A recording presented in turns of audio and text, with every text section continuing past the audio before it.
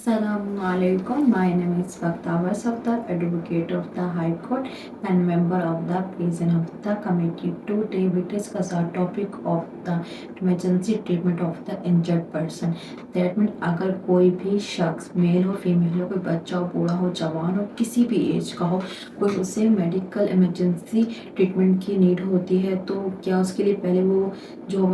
Legally procedure को adopt करना उसका ज़रूरी होगा या सिर्फ पहले तौर पर ट्रीटमेंट प्रोवाइड किया जाए। आजकल ऐसे लोगों में काफ़ी क्वारीज आती है कि मैम कोई भी इमरजेंसी हो जाती है, जैसे कि किसी को कोई भी रोड एक्सीडेंट हो जाता है, कोई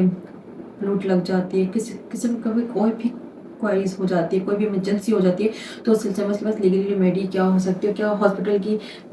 ज़रूरी है कि पहले हम उसके लिए पूरा जो है पुलिस को बुलाया जाए, एफआईआर दर्ज कराए, उसके बाद ट्रीटमेंट हो। इसमें तो उसकी जान भी जा सकती है, तो उसके लिए हमारे पास लीगली तौर पर क्या रेमेडी है। यूजुअली ऐसा ही होता है कि हॉस्पिटल में अगर कोई एक्सीडेंट केस चला जाए तो उसे इमरजेंसी तौर पर ट्रीट नहीं किया जा सकता, जो कि एक गलत तरीका है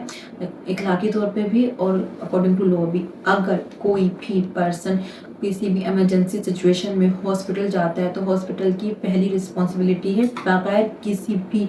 ज़ाब्ताई कानूनी प्रोसीजर या लीगली प्रोसीजर के उससे तभी तौर पर इमदाद प्रोवाइड की जाती है। दैट मीन मेडिकल जो भी रिक्वायरमेंट होती है उससे पहले ट्रीटमेंट प्रोवाइड किया जाए, उसके बाद जो दूसरी चीज़ें होंगी उनको साथ के साथ देखा जा सकता है। इसके लिए हमारे पास एक लीगली तौर पे रेमेडी क्या है, लीगली तौर पे एक्ट क्या, थोड़ा सा चीज़ पे डिस्कस करते हैं, क्योंकि हम तो लॉयर हैं, हम जाहिर सी बात है हर चीज़ को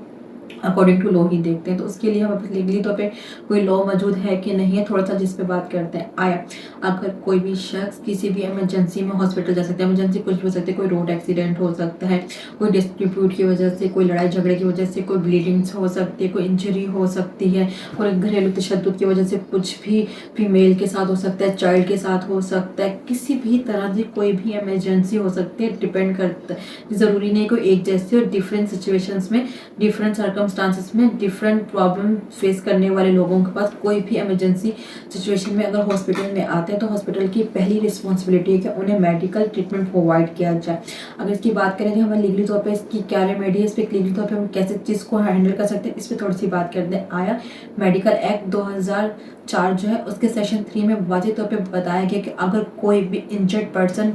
हॉस्पिटल में आता है तो हॉस्पिटल की पहली रिस्पॉन्सिबिलिटी यही बनती है कि बगैर किसी भी ज़ाब्ते कार्रवाई या कानूनी कार्रवाई के उस बंदे को मेडिकल ट्रीटमेंट प्रोवाइड किया जाए। दैट मीन अगर कोई भी पर्सन इंजर्ड पर्सन हॉस्पिटल में जाता है तो हॉस्पिटल की पहली रिस्पॉन्सिबिलिटी है कि उसको ट्रीटमेंट प्रोवाइड करे, क्योंकि उनका अपना मेडिकल एक्ट 2004 सेक्शन 3 में वाज़ेह तौर पे बात मेंशन की हुई है कि कोई भी इंजर्ड पर्सन हॉस्पिटल में आता है तो हॉस्पिटल की पहली रिस्पॉन्सिबिलिटी है कि उसको मेडिकल ट्रीटमेंट प्रोवाइड किया जाए। उसके बाद जितनी भी लीगल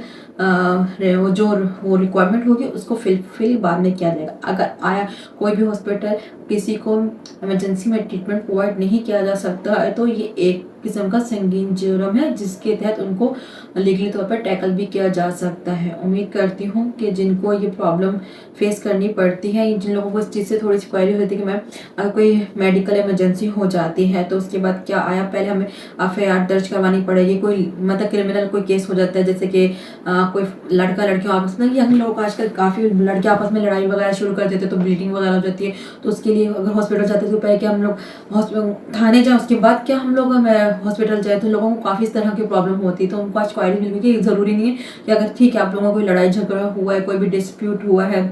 भाई भाई में हो जाता है प्रॉपर्टी को लेकर आपस में, तो उसके लिए ज़रूरी है पहले आप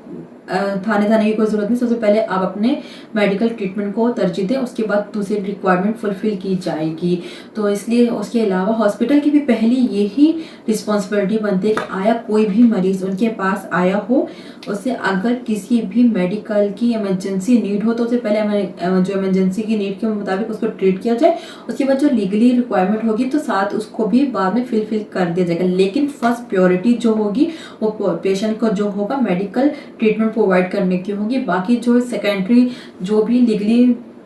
तौर पे रिक्वायरमेंट होगी उस चीज़ को डील किया जाएगा। इंशाल्लाह आपसे नेक्स्ट वीडियो में मिलेंगे किसी नए टॉपिक के साथ, तब तक अपना ख्याल रखिए और अपनी दुआ में मुझे याद रखिए। खुदा हाफिज़।